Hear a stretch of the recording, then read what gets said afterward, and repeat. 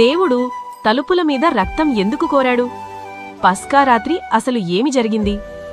నిర్గమకాండము 12లో దేవుడు చెప్పాడు, గొర్రె రక్తాన్ని తలుపుల మీద రాయండి. ఎందుకు? ఎందుకంటే ఆ రాత్రి తీర్పు వస్తోంది. కాని రక్తమున్న ఇంటిని శిక్ష దాటిపోతుంది.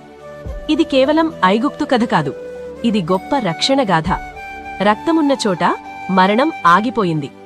అదే పస్కా అనే మహాసంఘటన. ఈరోజు మనం తెలుసుకోబోయేది పస్కా ఎలా ప్రారంభమైంది, దాని ఆత్మీయ అర్థం ఏమిటి, మరియు అది మన జీవితానికి ఏమి చెబుతోంది.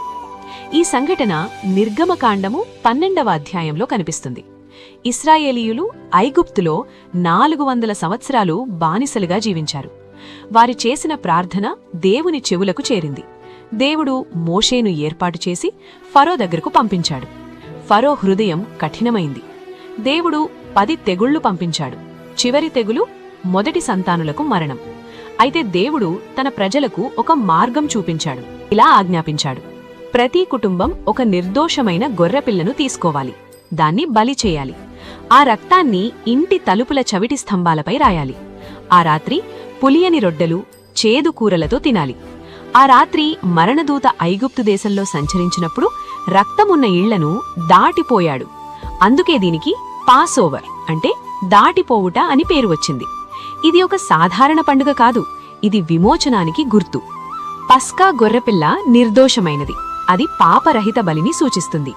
కొత్త నిబంధనలో జీసస్ క్రైస్ట్ను దేవుని గొర్రెపిల్ల అని పిలుస్తారు. యోహాను 1:29.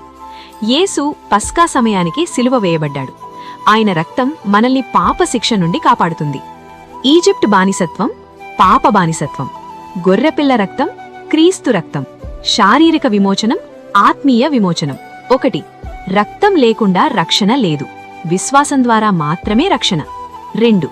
విధేయత అవసరం, దేవుడు చెప్పిన విధంగా చేయకపోతే రక్షణ ఉండేది కాదు. 3. పాత జీవితాన్ని వదిలిపెట్టాలి. ఇశ్రాయేలీయులు ఐగుప్తును విడిచారు. మనము పాపాన్ని వదిలి పవిత్ర జీవితంలో నడవాలి. ఈరోజు మీరు కూడా యేసు రక్తం ద్వారా రక్షణ పొందవచ్చు. విశ్వాసంతో ఆయనను స్వీకరించండి. ఆమేన్. God bless you.